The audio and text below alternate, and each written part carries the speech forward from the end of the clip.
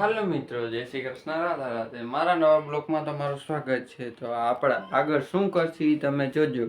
તો હાલો મિત્રો, જો આપણે કરી છીએ કટક બટક વેફર, કેળાની વેફર ને ચેવડો છે. તો આપણે પછી મળી. તો હાલો મિત્રો, આવી જાવ જમવા. તો જો આપણે જમવામાં છે કટક કચોરી, પેલી છાશ ને એક રિમોટ સાઈડમાં, કેરી આવી ગઈ છે ને ડુંગળી આવી ગઈ છે. આપણે ટીવી હાલે છે જેઠાલાલ. આપણે પછી મળી. તો હાલો મિત્રો, જય શ્રી કૃષ્ણ. તો હાલો મિત્રો, આપણે આવી ગયા છીએ.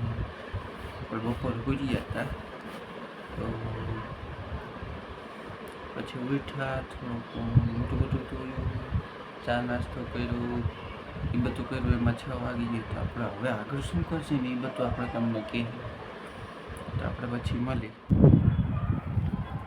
તો હાલો મિત્રો, આપણે આવી ગયા છીએ મેળી ઉપર અને અહીંનો વ્યૂ જોવા જેવો છે.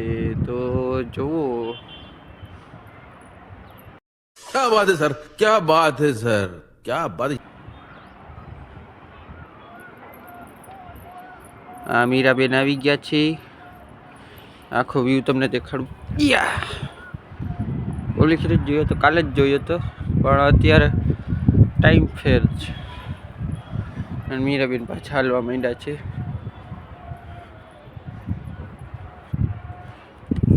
પડી ગયો જલ્દી જલ્દી.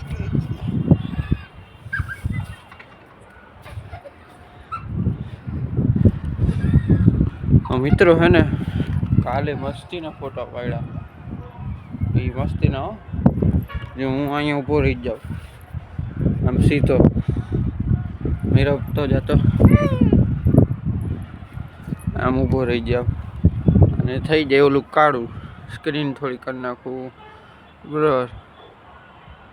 જવો વિડીયો બને પેલા ફોટા પાડ્યા હતા. તો મિત્રો, આપણે ફોટો શૂટિંગ કરી એ તમને દેખાડશી. તો પછી મળી.